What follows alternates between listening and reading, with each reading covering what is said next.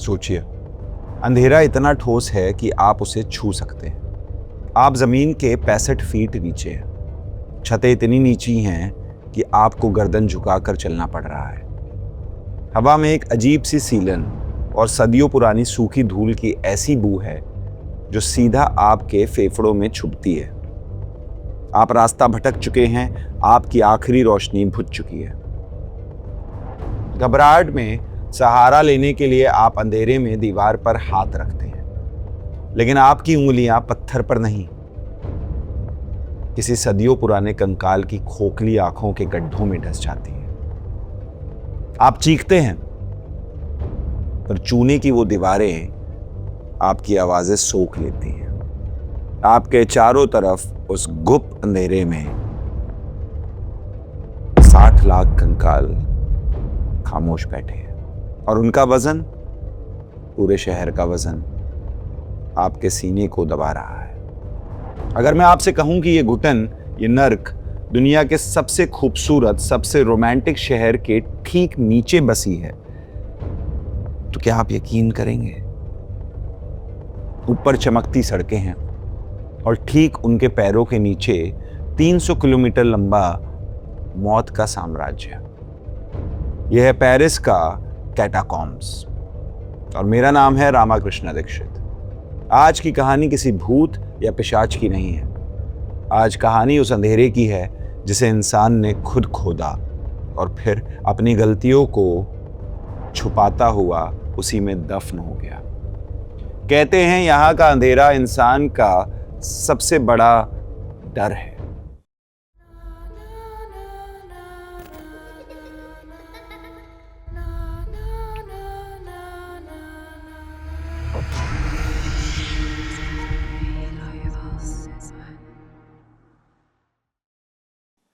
ये बात है 18वीं सेंचुरी की।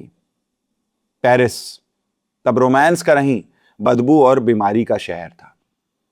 वहां के कब्रिस्तान, खास तौर पर ले इनोसेंट्स लाशों से इतने भर चुके थे कि जमीन ने मुर्दों को उगलना शुरू कर दिया था। एक कब्र में 20-20 लाशें ठूसी हुई थी। और फिर आया साल 1780। लगातार कई दिनों तक ऐसी बारिश हुई कि ले इनोसेंट्स कब्रिस्तान की एक पुरानी दीवार दबाव ना झेल पाई और टूट गई। और उसके टूटते ही बरसों पुरानी सड़ी हुई लाशें, कीचड़ और कंकाल बहकर आसपास के घरों के बेसमेंट और डाइनिंग रूम्स में घुस गए। सोचिए, आप अपने घर में बैठे हैं और दीवार फटने पर आपके पैरों के आसपास सड़ी हुई लाशों का ढेर गिर पड़े। हवा में मांस के सड़ने की ऐसी बदबू थी कि वहां सांस लेना मौत को बुलावा देना था। जब बीमारियां हद से बाहर होने लगी तो किंग ने एक आदेश दिया। पेरिस के ठीक नीचे पुरानी चूने की खदानें थी जो सदियों से खाली पड़ी थी। फैसला हुआ कि रात के अंधेरे में चुपचाप इन लाशों को वहां शिफ्ट किया जाएगा। सालों तक रात के सन्नाटे में घोड़ा गाड़ियां हड्डियों का ढेर लेकर उन खदानों में जाती रहीं। एक के ऊपर एक खोपड़ियां ऐसी सजाई गईं जैसे किसी ने मौत को कारपेट के नीचे छुपा दिया हो। ये जगह आज पेरिस कैटाकॉम्ब्स कहलाती है। लेकिन इस जगह का असली डर ये हड्डियां नहीं है। इसका असली डर इसका अंधेरा और इसकी बनावट है। साल 1793, फिलिबर्ट एस्पेट नाम का एक हॉस्पिटल डोरकीपर एक रात वो कैटाकॉम्ब्स के किसी सीक्रेट रास्ते से अंदर चला गया। शायद उसे लगा वहां पुरानी शराब का कोई खजाना छुपा है। उसके हाथ में सिर्फ एक मोमबत्ती थी। अब एक पल के लिए अपनी आंखें बंद कीजिए और खुद को फिलिबर्ट की जगह रखिए। आप जमीन से 65 फीट नीचे हैं। हवा एकदम सूखी और ठंडी है।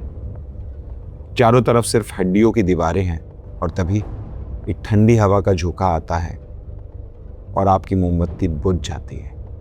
कैटाकॉम्ब्स का अंधेरा आम अंधेरा नहीं है। ये वो अंधेरा है जहां आपको अपनी नाक के सामने अपना ही हाथ नहीं दिखता। वहां आवाज एको नहीं करती।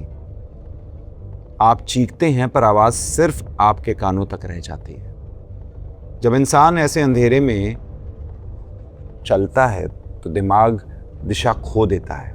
आपको लगता है आप सीधे जा रहे हैं पर एक्चुअली आप गोल गोल घूम रहे होते हैं। फिलिबर्ट के साथ भी यही हुआ। वो अंधेरे में हाथ पैर मारता रहा, पत्थरों से टकराता रहा, उंगलियां घिसता रहा। प्यास और ठंड से उसकी सांसें टूटने लगी। उस घुटन और मजबूरी का अंदाजा लगाइए, जहां मदद के लिए चीखने पर सिर्फ मौत का सन्नाटा पलट कर जवाब देता है। फिलिबर्ट कभी वहां से बाहर नहीं आया। उसकी लाश 11 साल बाद 1804 में मिली और सबसे डरावनी बात क्या है पता है? उसकी लाश एक एग्जिट गेट से सिर्फ कुछ ही कदम की दूरी पर पड़ी थी। अंधेरे ने उसका रास्ता छीन लिया था। वो रोशनी के इतने करीब होकर भी उस घुप अंधेरे में घुटकर मर गया। आपको लग रहा होगा ये तो पुरानी बातें हैं, तो सुनिए। साल 2017 दो टीनेजर्स चुपचाप इन कैटाकॉम्स में इलीगल तरीके से घुस गए। वो अपना रास्ता भटक गए। 3 दिन तक वो दोनों उस पिच ब्लैक अंधेरे में बिना पानी और माइनस टेम्परेचर की ठंड में रहे। जब रेस्क्यू डॉग्स ने उन्हें ढूंढा तो हाइपोथर्मिया और डर ने उनके दिमाग को सुन्न कर दिया था। अगर एक दिन और लगता तो शायद वो भी उन 60 लाख कंकालों का हिस्सा बन चुके होते।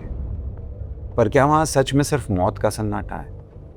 आज जो लोग कैटाकॉम्स उतरते हैं वो सिर्फ उस 2 किलोमीटर की रोशन ऑफिशियल रास्ते पर चलकर वापस लौट आते हैं। उन्हें लगता है मौत के साम्राज्य में बस इतना ही। लेकिन असली कैटाकॉम्स 2 किलोमीटर का नहीं, 300 किलोमीटर तक जमीन का सीना फाड़ कर फैला हुआ है। और इस बाकी बचे 298 किलोमीटर के गुप्त अंधेरे का कोई नक्शा नहीं है। यहां ऑफिशियल पुलिस का जाना भी मौत को दावत देना है। सालों से कुछ लोग बंद सुरंगों में इलीगली घुसते रहे हैं। इन्हें कैटाफाइल्स कहा जाता है और उनमें से कई हमेशा के लिए इस अंधेरे में गुम हो चुके हैं। लेकिन इस 300 किलोमीटर के सन्नाटे में एक ऐसी चीज है जो ना भूत है ना आत्मा, पर फिर भी वो लगातार आपको घूर रही है। एक ऐसी प्रेजेंस जिसे रोशनी से नफरत है। साल 2004 पेरिस पुलिस की एक स्पेशल ट्रेनिंग यूनिट भूलते भटकते इन सुरंगों के काफी अंदर चली गई, जमीन से 60 फीट नीचे। और वहां उस सीलन भरे अंधेरे में उन्हें जो मिला उसने उनके दिमाग को सुन्न कर दिया। कंकालों की उन सदियों पुरानी दीवारों के ठीक बीच एक पूरा सीक्रेट सिनेमा थिएटर बना हुआ था। एक giant projection screen, comfortable chairs, शराब का एक भरा हुआ बार और ऊपर छत की दरारों में छुपा एक सीसीटीवी कैमरा जो उस अंधेरे में चुपचाप उन पुलिस वालों को रिकॉर्ड कर रहा था।